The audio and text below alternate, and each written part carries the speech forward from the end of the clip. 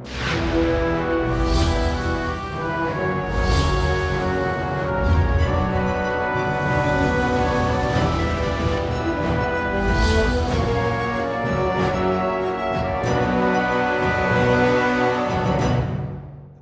ini, mari kita berkongsi firman Tuhan di bawah tajuk Penghakiman, Syurga atau Neraka. Melalui tajuk ini, mari kita mengambil masa untuk menyadari sekali lagi nilai rahmat Tuhan yang membolehkan kita memasuki kerajaan syurga yang abadi. Apabila kita memikirkan neraka, kita berfikir secara acuh tak acuh. Neraka ialah tempat siksaan, tempat orang menderita di dalam relau yang berapi-api. Kita kerap kali bercakap tentang neraka, tetapi jarang memahami betapa sakitnya siksaan itu. Dengan memahami betapa sakitnya siksaan neraka, saya berharap bahwa kita akan menyadari sekali lagi rahmat penebusan Tuhan yang menyelamatkan kita dari neraka.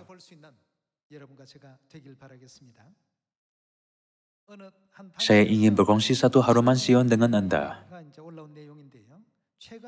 Baru-baru ini, saya menonton satu dokumentari tentang CRPS, atau Sindrom Kesakitan Serantau yang Kompleks. Melaluinya, saya dapat membayangkan betapa sakitnya hukuman itu ketika roh pendosa dilemparkan ke dalam lautan api dan belerang pada hari penghakiman. Tambahan lagi, saya dapat merasa bahwa pengampunan dosa, keselamatan, dan menyelamatkan satu roh daripada hukuman neraka memang berkat besar dan mendalam daripada Tuhan.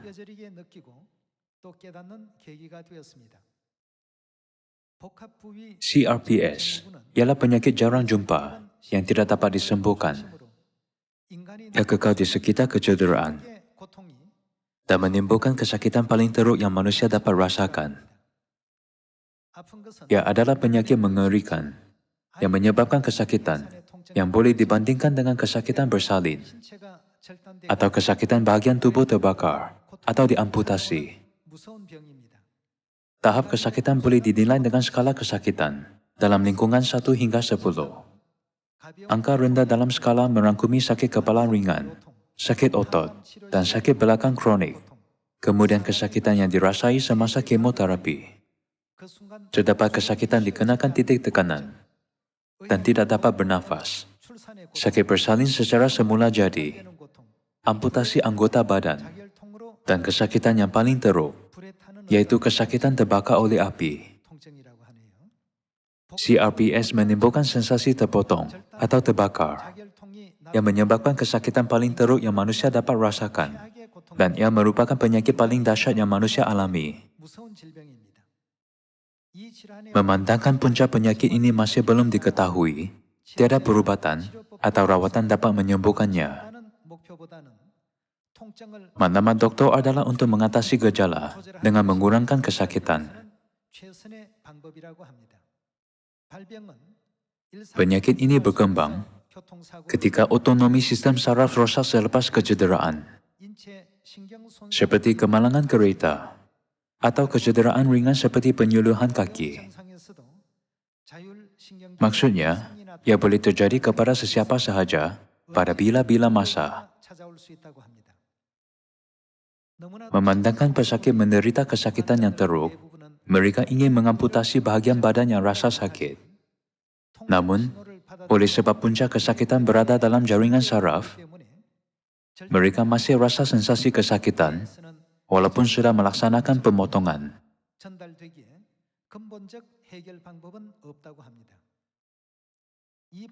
Dokumentari itu menunjukkan bahwa pesakit menggunakan tanpa penahan sakit yang kuat atau krim di bahagian sakit setiap pagi. Pesakit menggambarkan kesakitan ketika menggunakan tampalan atau krim, seperti dipotong dengan pisau cukur. Mereka menahan kesakitan sementara dengan menggigit tuala atau menutup mata dengan erat, sebab mereka mengetahui bahwa mereka akan lebih menderita jika tidak berbuat demikian. Sebilangan pesakit menjalani pembedahan untuk menanam alat rangsangan saraf elektrik agar mengurangkan kesakitan, atau menanam pam ke dalam badan mereka untuk menghantar morfin secara langsung ke bahagian yang sakit.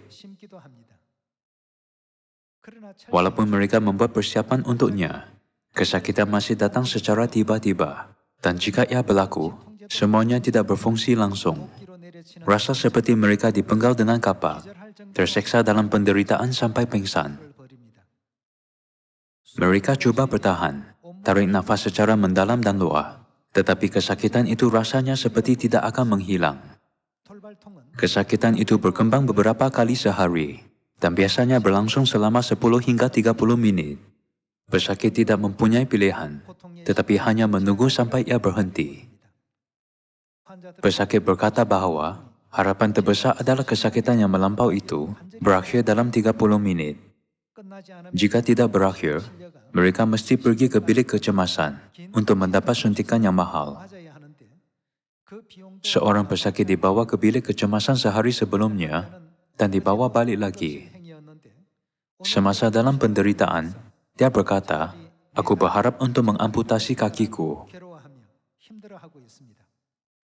Dia bertanya, "Bilakah kesakitan seperti neraka ini berakhir?" Aku telah menderita seperti ini selama lebih 4 tahun. Dan kesakitan ini tidak disembuhkan. Ia semakin teruk dan teruk. Aku dah penat dan takut.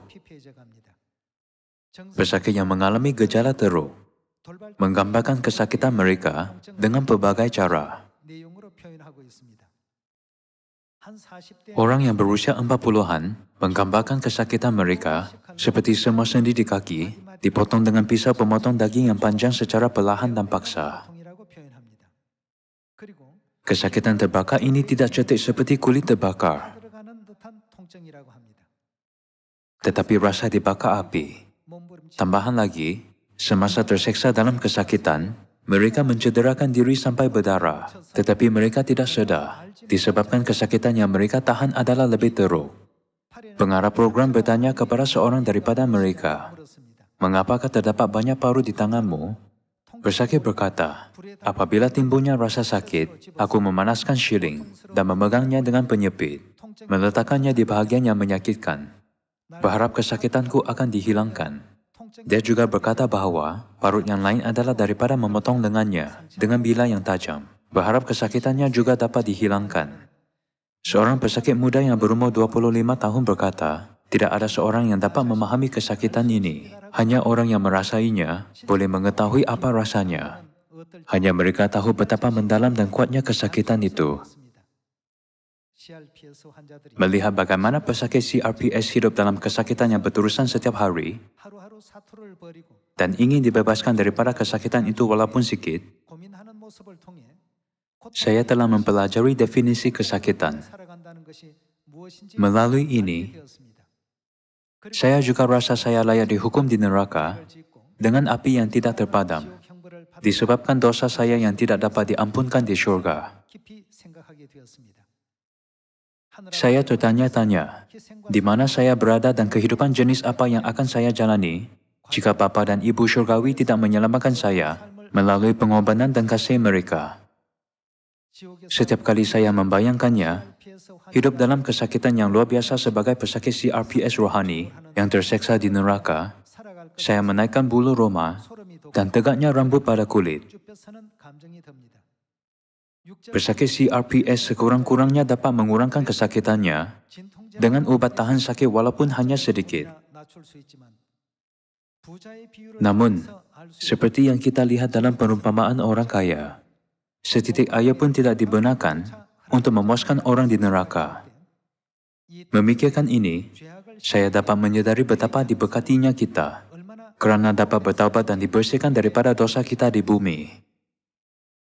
Dan jika tanganmu menyesatkan engkau, penggaulah, kerana lebih baik engkau masuk ke dalam hidup dengan tangan kudung, daripada dengan utuh kedua tanganmu dibuang ke dalam neraka, ke dalam api yang tak terpadamkan. Dan jika kakimu menyesatkan engkau, penggaulah, kerana lebih baik engkau masuk ke dalam hidup dengan timpang, daripada dengan utuh kedua kakimu dicampakkan ke dalam neraka.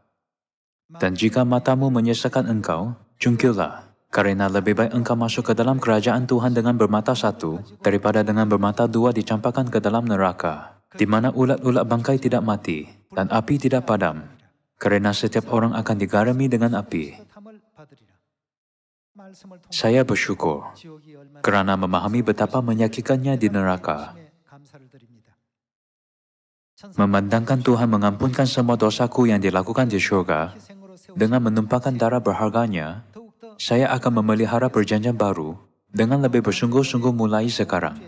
Saya mengucapkan syukur kepada Tuhan atas mengampuni semua dosa kita dan membebaskan kita daripada hukuman neraka.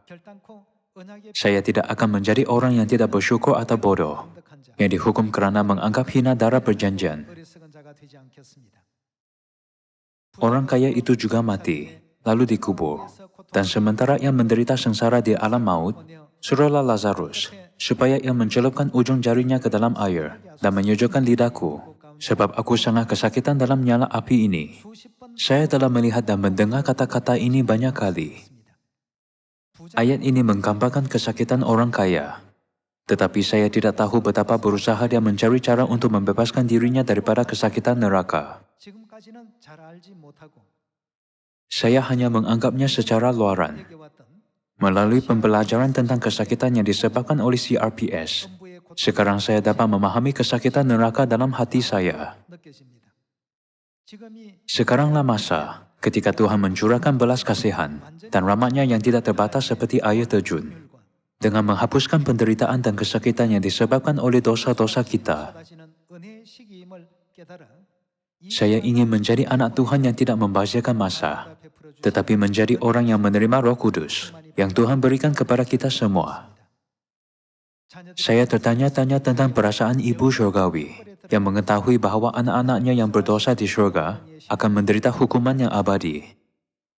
Ibu Surgawi mesti menderita kesakitan dalam hatinya daripada CRPS rohani yang disebabkan oleh dosa anak-anaknya, dan kesakitan itu mesti terasa seperti neraka. Ibu Surgawi, engkau menganggap anak bodoh ini segala bagimu. Tolong biarlah aku memahami kasih-Mu, agar kerajaan Tuhan akan sentiasa dalam hatiku.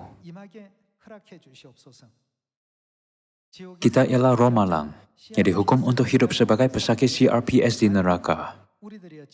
Namun, Ibu Surgawi, engkau membebaskan kami daripada kesakitan yang abadi dengan menyembuhkan kami melalui kasih-Mu dan membenarkan kami hidup di kerajaan surga abadi yang penuh kegembiraan dan kegirangan. Aku benar-benar mengucapkan syukur kepadamu. Bapa dan Ibu Surgawi, terima kasih kerana menyelamatkanku. Aku mengasihi-Mu selama-lamanya. Hari ini, sebab mengapa saya membaca haruman Sion ini untuk-Mu, adalah kerana dikatakan bahawa kesakitan paling teruk yang manusia dapat rasakan ialah kesakitan terbakar. Dalam skala kesakitan dari 1 hingga 10, kesakitan yang melampau ialah terbakar oleh api. Saya berfikir inilah sebabnya Tuhan berkata di dalam Alkitab, mereka akan terseksa di dalam relau yang berapi-api buat selama-lamanya. Kita pernah berada dalam situasi yang tidak dapat dielakkan, yaitu penderitaan dan kematian abadi. Namun, Tuhan menebuskan dosa kita dan menyelamatkan kita dengan memberikan tubuh kudus-Nya untuk disalib dan mati di atas salib. Apabila mengetahui bahawa Tuhan melakukan ini untuk kita, kita tidak boleh mengambil remeh rahmat yang kita terima daripada Tuhan.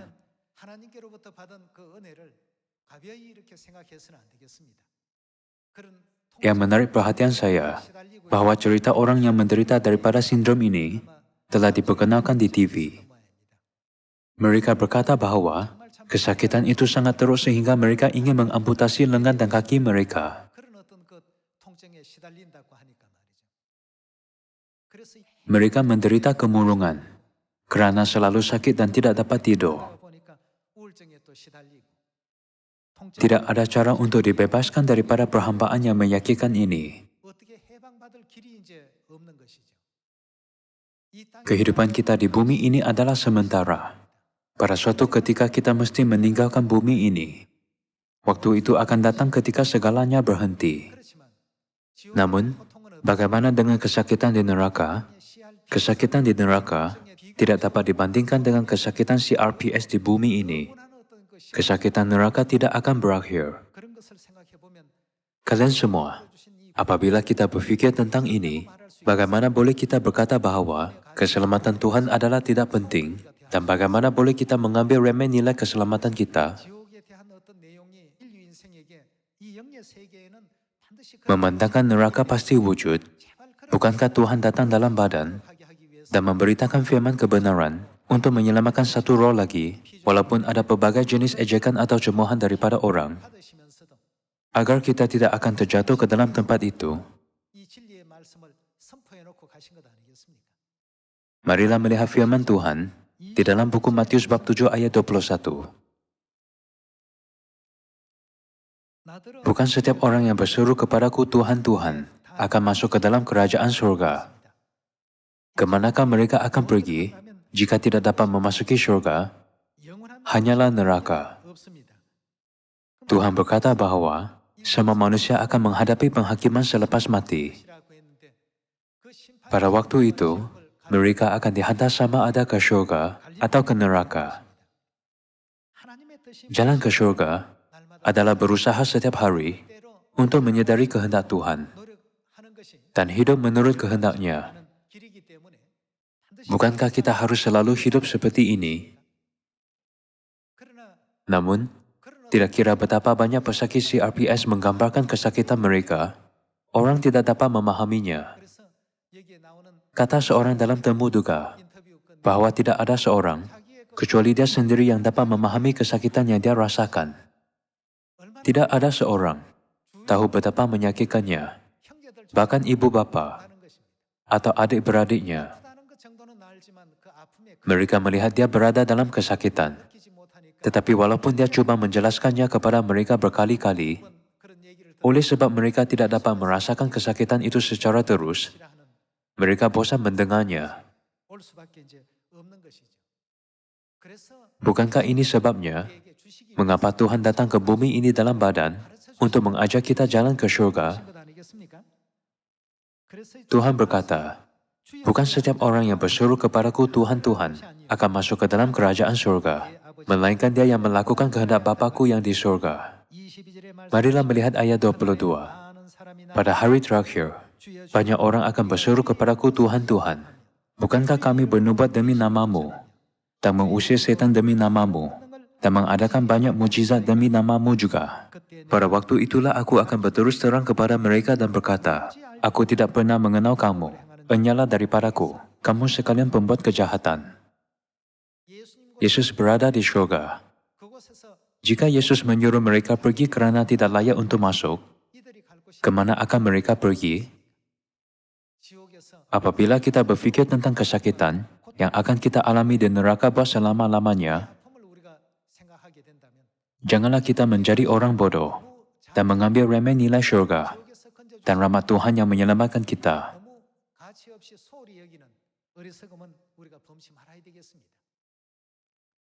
Bapa dan Ibu kita meninggalkan kemuliaan syurgawi dan tata mereka dan datang ke bumi ini hanya dengan keazaman untuk menyelamatkan anak-anak mereka daripada kesakitan neraka. Kehidupan kita adalah sementara dan pendek. Tuhan berkata, hidup kami hanyalah 70 tahun, dan jika kerana kekuatan, usia kami mencapai 80 tahun, dan bahkan ia berlalu dengan cepat. 10 tahun, 20 tahun, dan 30 tahun berkelip di depan mata kita. Begitulah kehidupan kita. Oleh itu di dalam buku Matius bab 7, Tuhan menyuruh melakukan kehendak Bapa dan datang ke surga dengan apapun caranya.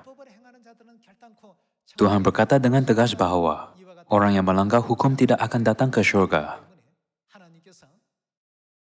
Oleh itu, kita mesti memelihara kebenaran perjanjian baru yang Tuhan berikan untuk menyelamatkan kita dan berjalan ke arah kerajaan surga yang abadi.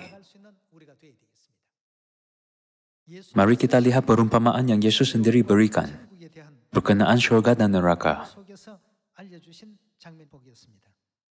Buku Lukas bab 16 ayat 19. Ada seorang kaya yang selalu berpakaian jubah ungu dan kain halus, Dan setiap hari ia bersukaria dalam kemewahan. Dan ada seorang pengemis bernama Lazarus. Badannya penuh dengan borok. Dan ingin menghilangkan laparnya dengan apa yang jatuh dari meja orang kaya itu. Malahan anjing-anjing datang dan menjilat boroknya. Kemudian matilah orang miskin itu. Lalu dibawa oleh malaikat-malaikat ke pangkuan Abraham. Orang kaya itu juga mati, lalu dikubur. Dan sementara ia menderita sengsara di alam maut, ia memandang ke atas, dan dari jauh dilihatnya Abraham, dan Lazarus duduk di pangkuannya. Lalu ia berseru, katanya, "Bapa Abraham, kasihanilah aku, suruhlah Lazarus, supaya ia mencelupkan ujung jarinya ke dalam air, dan menyejukkan lidahku, sebab aku sangat kesakitan dalam nyala api ini." Seperti yang saya bacakan kepadamu sebelumnya, mereka berkata bahwa kesakitan paling melampau yang manusia dapat rasakan adalah kesakitan terbakar oleh api.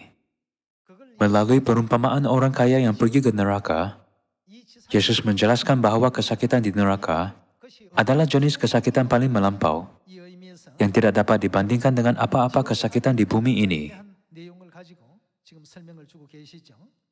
Mari kita menyambung dengan ayat 25. Tetapi Abraham berkata, "Anak, ingatlah bahwa engkau telah menerima segala yang baik sewaktu hidupmu, sedangkan Lazarus segala yang buruk. Sekarang ia mendapat hiburan dan engkau sangat menderita.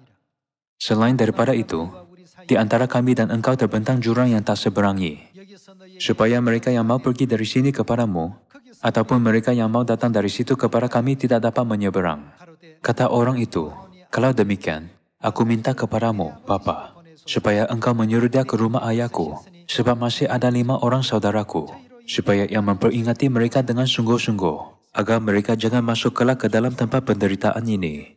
Walaupun orang kaya mendengar banyak orang bercakap tentang syurga dan neraka, dia mengabaikan apa yang mereka katakan. Dia ragu, benarkah tempat itu wujud? Walau bagaimanapun, apabila dia mati, dia mengalami kesakitan di neraka, dan merayu supaya mendapat setitik air untuk menyejukkan lidahnya. Bukankah ini bermaksud bahwa Anda tidak dapat mencari kelegaan di neraka, walaupun sedikit?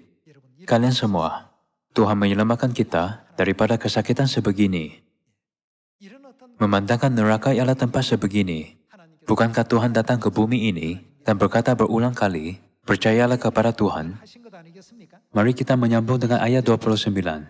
Tetapi kata Abraham, "Ada pada mereka kesaksian Musa dan para nabi. Baiklah mereka mendengarkan kesaksian itu." Jawab orang itu, "Tidak, Bapa Abraham. Tetapi jika ada seorang yang datang dari antara orang mati kepada mereka, mereka akan bertobat."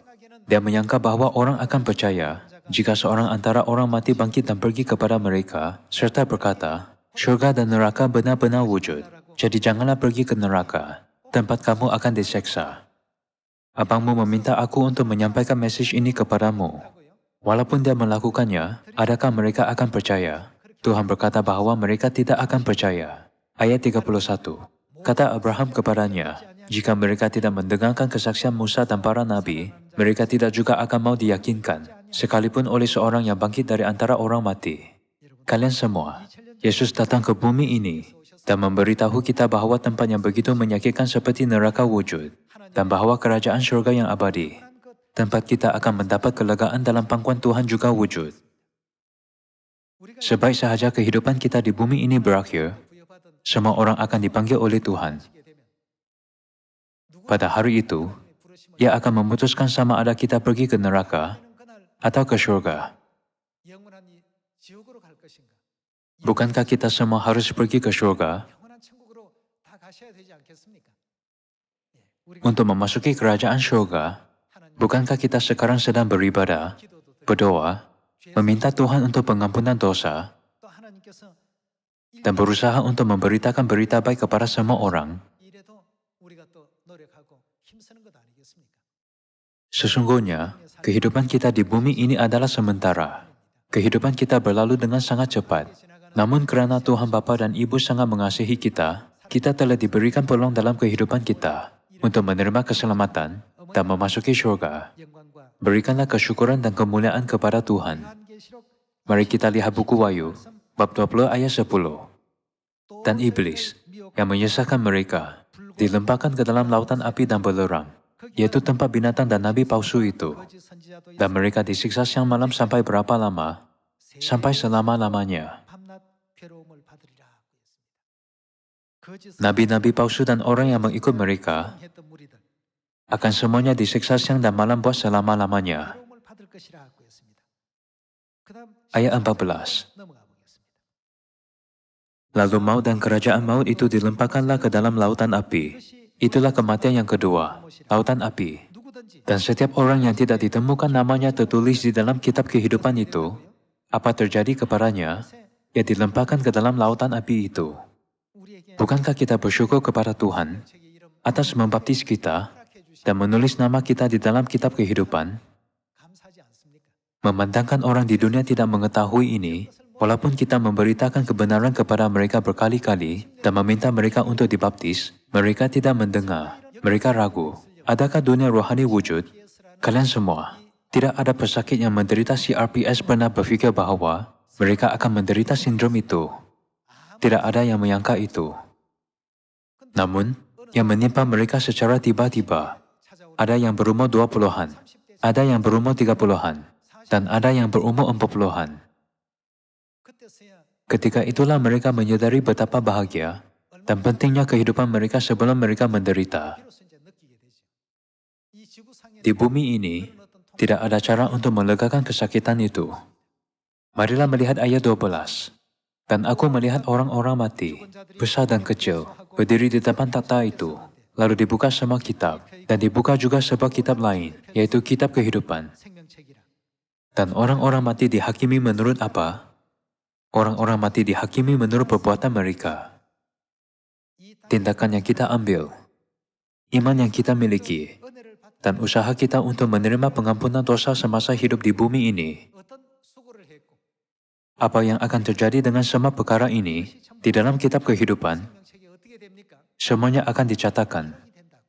Dan orang-orang mati dihakimi menurut perbuatan mereka, berdasarkan apa yang ada tertulis di dalam kitab-kitab itu. Maka laut menyerahkan orang-orang mati yang ada di dalamnya, dan maut dan kerajaan maut menyerahkan orang-orang mati yang ada di dalamnya. Dan mereka dihakimi masing-masing menurut perbuatannya. Tuhan berkata sekali lagi, menurut perbuatannya. Lalu maut dan kerajaan maut itu dilemparkanlah ke dalam lautan api. Itulah kematian yang kedua, lautan api. Dan setiap orang yang tidak ditemukan namanya tertulis di dalam kitab kehidupan itu, ia dilemparkan ke dalam lautan api itu. Pasti terdapat berpuluh-puluh ribu orang menderita CRPS di negara ini. Apabila Anda mendengar cerita mereka, Anda akan tertanya-tanya, bagaimana orang dapat hidup dengan kesakitan itu? Itulah mengapa Tuhan berjanji untuk datang ke bumi ini buat kali kedua, untuk menyelamatkan kita daripada kesakitan neraka. Mari kita pastikan ini sekali lagi di dalam buku Ibrani bab 9. Kemanakah kita pergi jika gagal untuk menerima pengampunan dosa? Ke neraka. Itulah mengapa Tuhan sendiri datang dalam badan dan menjanjikan kita pengampunan dosa melalui Paskah Perjanjian Baru. Minumlah dari cawan ini, kamu semua. Inilah darah perjanjian yang ditumpahkan bagi ramai orang untuk pengampunan dosa. Ini perjanjian baru yang ditumpahkan bagimu. Ada tertulis di dalam buku Ibrani bab 9 ayat 27. Dan sama seperti manusia ditetapkan untuk mati hanya satu kali saja, dan sesudah itu dihakimi. Demikian pula Kristus hanya satu kali saja mengorbankan dirinya untuk menanggung dosa banyak orang. Sesudah itu ia akan menyatakan dirinya sekali lagi tanpa menanggung dosa, untuk menganugerahkan keselamatan kepada mereka yang menantikan dia. Apabila Tuhan datang ke bumi ini buat kali pertama, bagaimanakah orang Israel melayan Tuhan yang menciptakan mereka? Setiap kali mereka melihat dia, mereka mengejeknya. Dan setiap kali dia menginjil kepada mereka, mereka menentangnya. Akhirnya, mereka menuduh dia melakukan kejahatan yang lebih jahat daripada dua penjahat. Mereka meletakkan mahkota duri pada kepalanya, menyebatnya, meludahinya, menampar mukanya, dan membunuhnya di atas salib. Mereka melakukan semua itu tanpa mengetahui kesakitan yang akan mereka alami pada masa depan. Peluang untuk bertaubat berakhir pada zaman ini. Tidak ada kerja penembusan lagi selepas zaman Roh Kudus. Mari kita berfikir tentang rahmat Tuhan sekali lagi dan sentiasa mengucapkan syukur kepada Tuhan kerana datang buat kali kedua dan menderita di bumi ini untuk kita. Kita harus mematuhi kebenaran perjanjian baru yang Tuhan berikan kepada kita dan bersatu dengan saudara-saudari, ahli keluarga Sion kita yang dikasihi. Dengan melakukan ini, mari kita semua menerima sambutan hangat ke kerajaan surga yang abadi. Sebelum hari penghakiman datang, semasa orang berdiri di persimpangan kehidupan, antara sama ada memasuki surga atau dihantar ke neraka, saya meminta Anda untuk membimbing semua orang ke surga. Dunia kasih dan kegembiraan melimpah. Dengan ini saya tamatkan khotbah hari ini. Terima kasih.